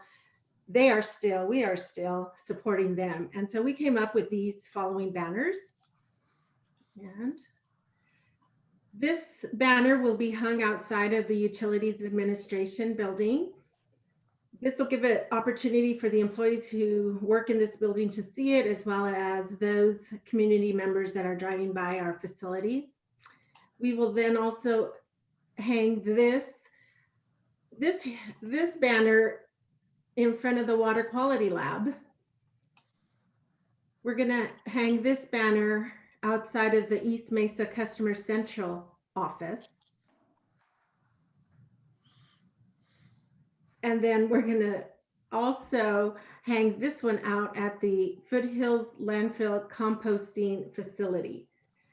Along with these banners, we're also running an ad currently right now on KRWG that does praise our unsung heroes, as well as we are working on a bus wrap to these banners on the city bus wrap. So as they travel through the city, other community members that may not get to our facilities can notice and recognize our associates as unsung heroes. I stand for any questions you may have. Okay, well, thank you. This looks really nice. And especially like the capes. Yeah. seem to grow out of the shadows. Commissioner Bencomo. Thank you, Mr. Chair. And thank you so much, Alma and Delilah and all of you for doing this. This is really beautiful. And I think we all need a little joy right now. So this is really wonderful. I'd love to suggest, on City Council, we've been talking more about doing more PSAs related to COVID and really encouraging people to continue. We're experiencing pandemic fatigue and people are letting their guard down. And just today there was 312 new positive cases. And so just as things get scarier in our community, we want to try to put out as many positive messages as possible to encourage people to continue practicing social distancing, wearing masks. I would love the LCU to participate in one of those. I think fire department and the police department did one a while ago, and I think this would be perfect for another city PSA. So Delilah, I want to make sure and note that to you, and I'm happy to reach out to Jamie with the idea as well, or Mandy. But I think that'd be great. Okay. Absolutely, Mr. Chair, Commissioner Bencomo, we can absolutely play on this theme and do a PSA from utilities to keep everybody, keep our superheroes working too. Okay. Any other old business? Yes, Mr. Chairman. Go ahead, Commissioner Sorg. Commissioner Sorg here. I want to concur with Councilor Bencomo and congratulate Delilah and the rest of the crew here and the utilities for what you're doing. It's an excellent idea that you have. And yes, PSA for the utilities is great. The City Council has one that's about to be released dealing with the promised program that business can take and dealing with masks. So you'll see that soon. And I encourage the utilities to do their own messaging by PSA too. Excellent. Thank you so much. Okay, thank you. Any other old business? Mr. Chair, Commissioners, I do want to kind of expand a little bit on what we spoke about with McCarter and English, the $1.04 million settlement with EPNG. As you may or may not know, we've been holding on to that settlement money as EPNG went through the appeal process. So I did verify with Mario, with the last ruling, the appeal process deadline has passed and El Paso Natural Gas has not filed an appeal. Therefore, we can start returning that $1 million to our customers. Again, the $1 million was against the cost of gas commodity, the gas itself, not service delivery. So what we're able to do is, especially during this winter month, we'll start returning that fund against cost of gas to our customers. So in other words, if right now I think gas is running about $2, we'll start crediting back that $1 million to our ratepayer. So we'll actually be able to control a little bit of the cost during the peak winter months. And so that's great news for us. That's great news for the ratepayer. And that says a lot about this board as well as McCarter and English to prevail and ensure those low prices for our citizens. Okay. In addition to that, I just want to have a reminder, we were going to name the little sewer truck last year before we went into the COVID and online system. We wanted to do it in a public meeting and have the survey. I don't think we're going to be returning to a normal meeting status anytime soon. So we are going to move forward with some of the little sewer truck nominations. I was going to have John speak on that, but I know he had to hop off for another issue to take care of. But Alma will be sending you and the city councilors surveys with the naming suggestions so we can choose a name for our little sewer truck. And those are the ones that our elementary students had remitted names earlier in the year, but we weren't able to pursue due to our online meeting format. Also on the meetings, we'll be switching to the iCompass system, and I'll have Alma just explain what that's going to mean to you as a board. Thank you, Delilah. Chairman, Commissioners, Elma Ruiz, Senior Office Manager for the Utilities. You may have noticed in this month's emails when we sent out the agenda packets, there were there was a PDF file and then 2 links to the iCompass. So we manually went in and added all of our resolutions to this month's agenda so that we could get some testing processes in.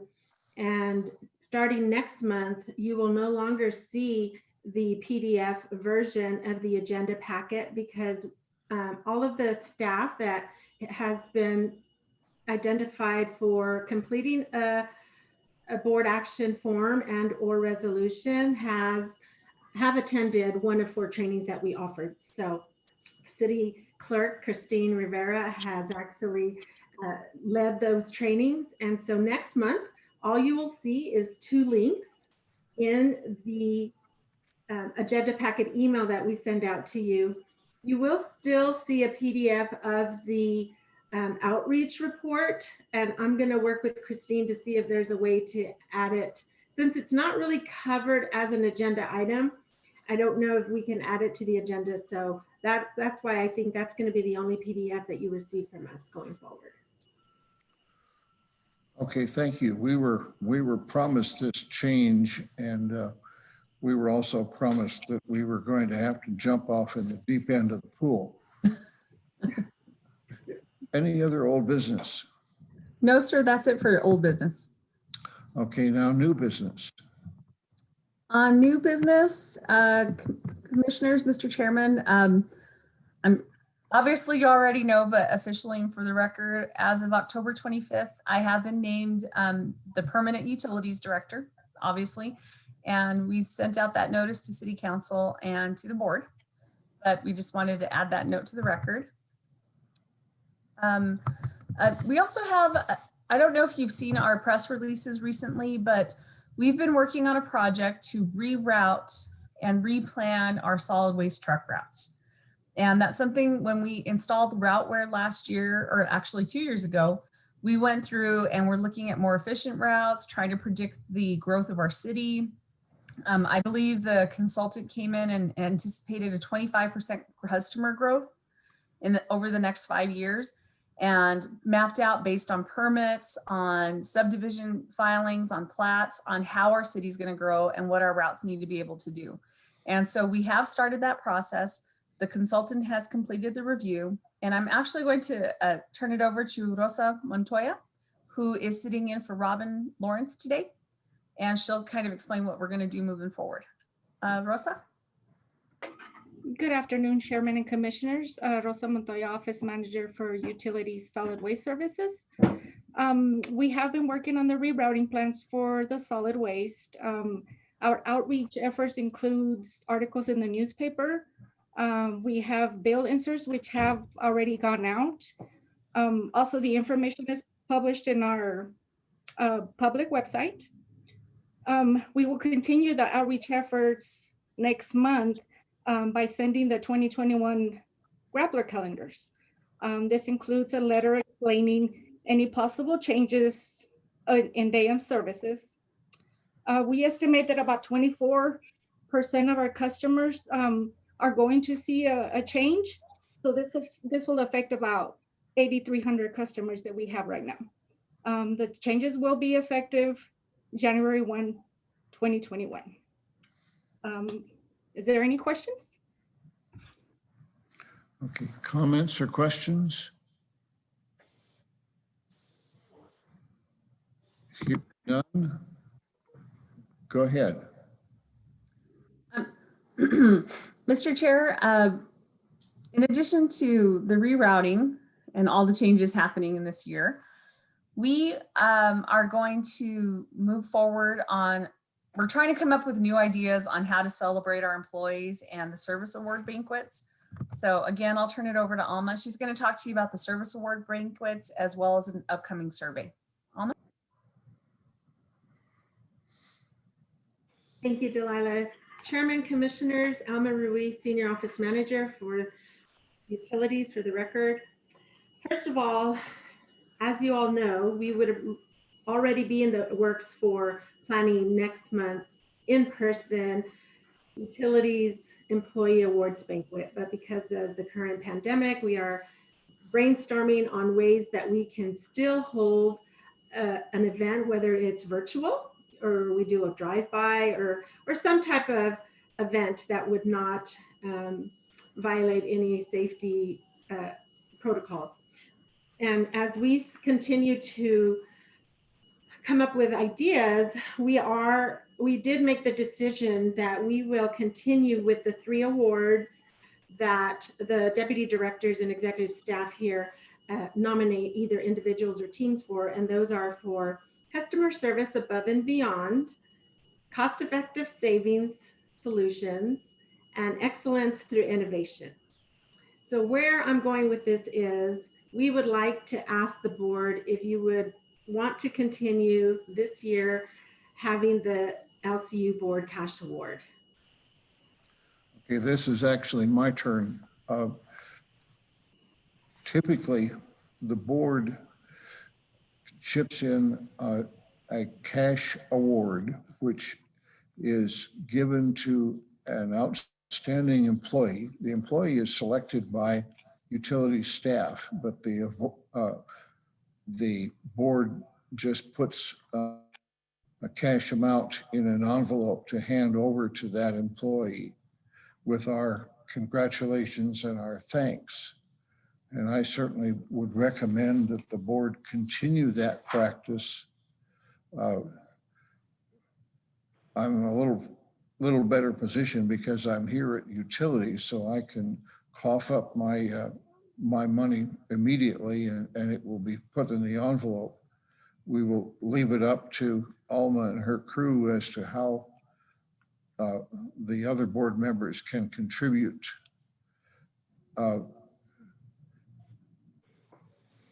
Typically, it has been $10. It goes in an envelope, and so no one knows. And I heartily recommend that the board continue that practice. Now go ahead. Thank you, Chairman and Commissioner. We are going to do one more bout of cotton masks for the board members because we've already distributed those to the employees. And so if the board members are amicable to donating when we deliver those masks, if they can just have an envelope ready and we can exchange a mask for an envelope. The next item that I'd like to talk about is in regards to our strategic business plan. There is, for the Office of the Director line of business, for the administration program, we have a key result which states by 2020, 80% of board, commission, and city council members will report that they receive the information they need to make informed decisions.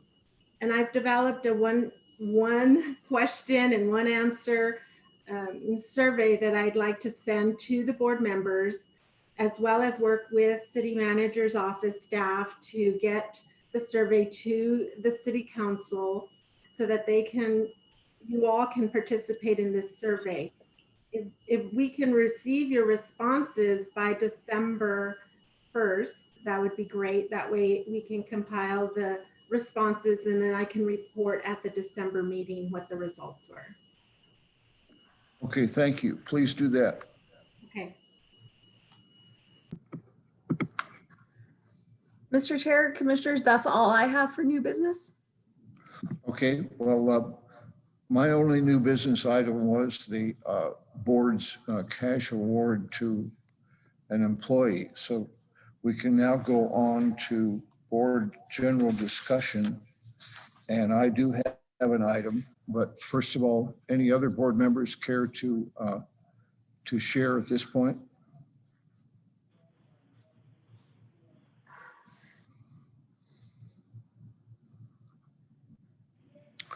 Okay. At the last board meeting, toward the end of the meeting, Adrian Whitmer read us a list of ideas that she wanted us to contemplate as additional guidance to staff and to consultants, considering the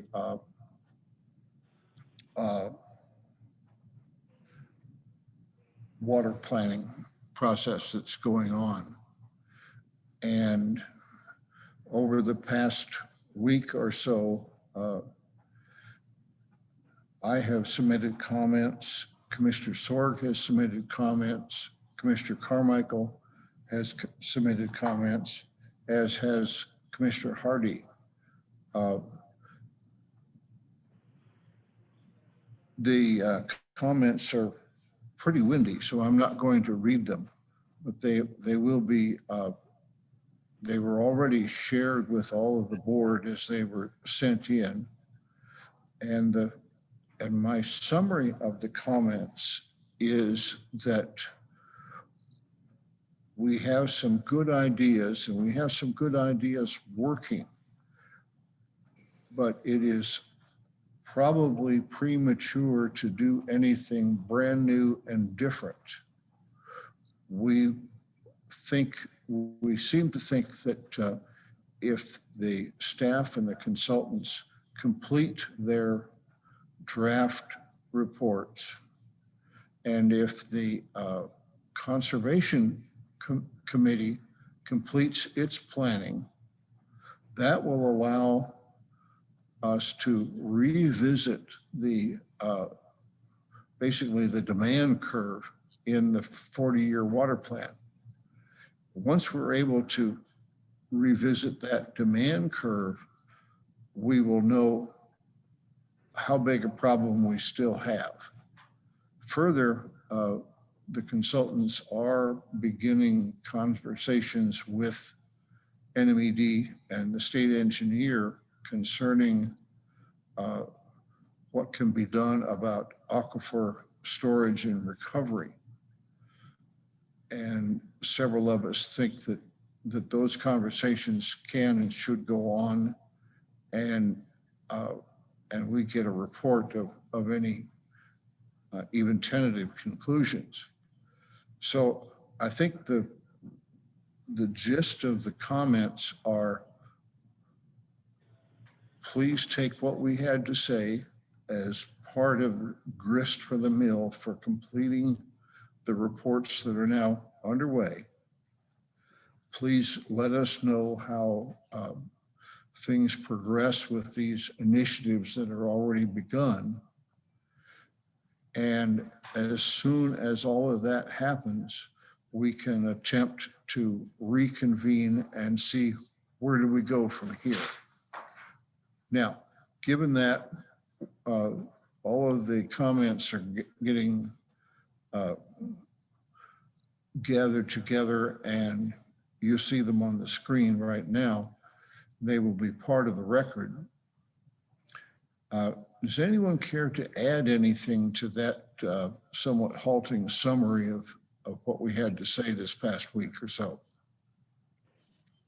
This is Commissioner Archuleta. Please. I also sent in some comments this morning. Okay, those I have not seen. Okay. My computers, my email system, and everything else in the world has gone on strike today. So I might as well be back in the 19th century. Commissioner. I hope eventually then I'll get your comments. Alma Ruiz, Senior Office Manager for the Utilities Department. Vice Chair Archuleta, my apologies. I did notice that you did send in some comments. So I will make sure that they're added into this Word document as well as distributed to the board members. Thank you. Okay, thank you. Thank you. Adrian, your turn.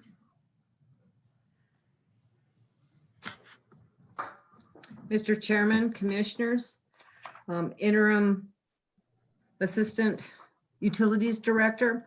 So one of the things, I appreciate you all providing the comments. I'm really looking forward to listening to or reading the ones from the rest of you all as we're going through.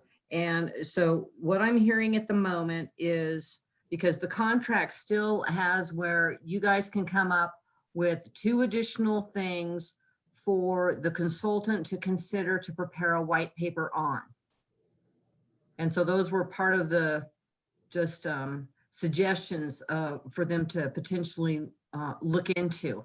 So, but from what I'm understanding at this point, you all would like for us to go ahead and have them finalize the reports that we have when the water conservation plan is complete. And in the meantime, as part of the water conservation plan, obviously we'll be looking at the demand curves. You all will take a look at that and then revisit the initiatives. Is that what I'm understanding correctly? With the exception of, since the conversation has begun with the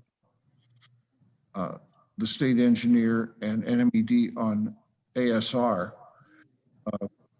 that does fold into one of the reports that's now being prepared in draft, or is that a new initiative, one of the two extras? Actually, that would be in discussions with NMED. That is actually part of one of the white papers.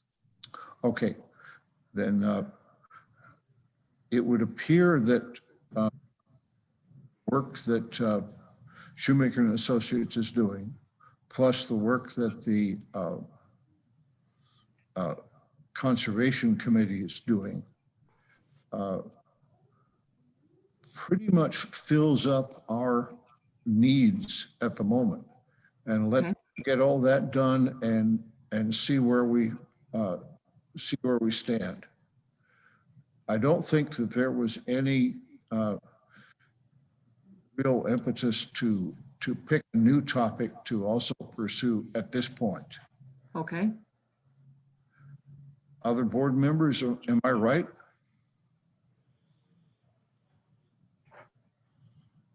Sounds good to me.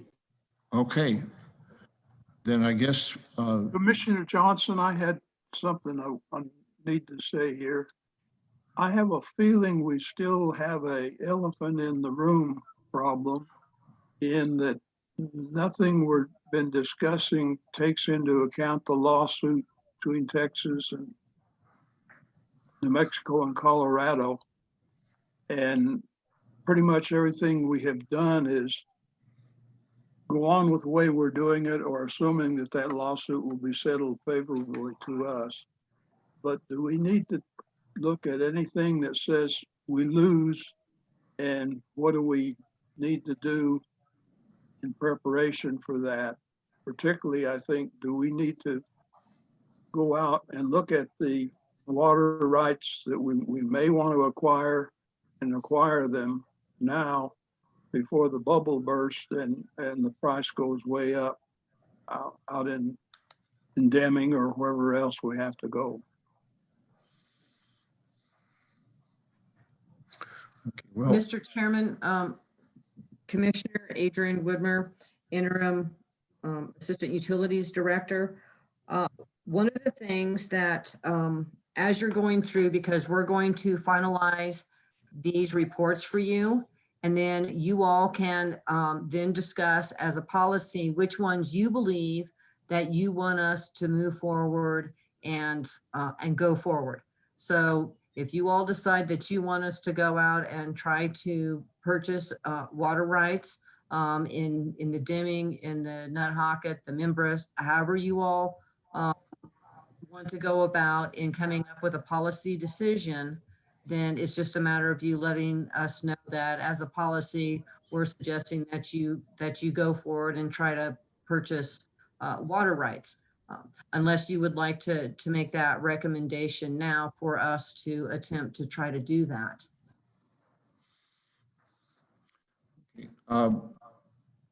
We would, of course, have to bring that up on the regular agenda item in the coming months. Dr. Johnson is correct. That is a very real and very untidy elephant in the room. But we have no idea what's going to happen, and we won't for over a year. And so with that kind of uncertainty,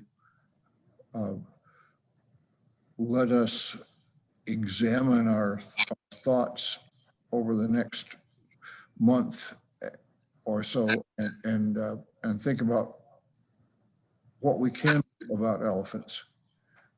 Commissioner Archuleta? Pardon? Were you wanting to say something? No, thank you. Okay. Mr. Commissioner Hardy, I had a couple of comments. And I think Commissioner Sarg also mentioned this. I think the estimates on the demand curves are really good, but what about the bottom of the reservoir? I still don't know that we know that well defined. I keep seeing this idea proposed that the unrecoverable zone is at the boundary of the lower Santa Fe Formation and the middle Santa Fe Formation. And I'm still wondering how well do we know that? It's important to know all the demand curves, but I'd like to see some better data on that. And I've looked into it and I still haven't found a real good case for saying that unrecoverable zone is in the lower Santa Fe Formation. And I even got as far as digging deeper, as I say, and seemed to have hit just a boundary there. I got as far as with Shoemaker, and Shoemaker seemed to admit that that was a little weak and wasn't sure of it. So I think that's one thing we still need to do besides just dealing with estimates of the demand through the years. Also, I think it's handy to have some of this email discussion we've had recently, because where we don't meet in a meeting room anymore, it's kind of hard to get any kind of discussion going. And I found that handy, at least, to be able to express some of my thoughts and also hear the thoughts of the other commissioners. I agree. As long as it goes through Alma. Yes. Right. We don't roll anything. Right. I have no problem with that. Yeah. And Mr. Chairman, Commissioners, I just want to clarify, all we'll do is share information just as we would distribute a press release to the commissioners. There will be no discussion or feedback on any of the proposals that you have. Once we have that input from each of the commissioners, as well as what we're getting from John Shoemaker's office, that would be presented in public session for discussion. That way we do have a full public meeting in a work session. Right. Just so. Okay. Any other board general discussion? Okay. Our next meeting is scheduled for December 10th. Is that right? It will also be by Zoom. And I will still be confined to quarters then. So I will be attending the meeting from home. Commissioner Archuleta, can you come in here and chair the meeting? Yes, I can. Okay, thank you. I will hope that I have email by then.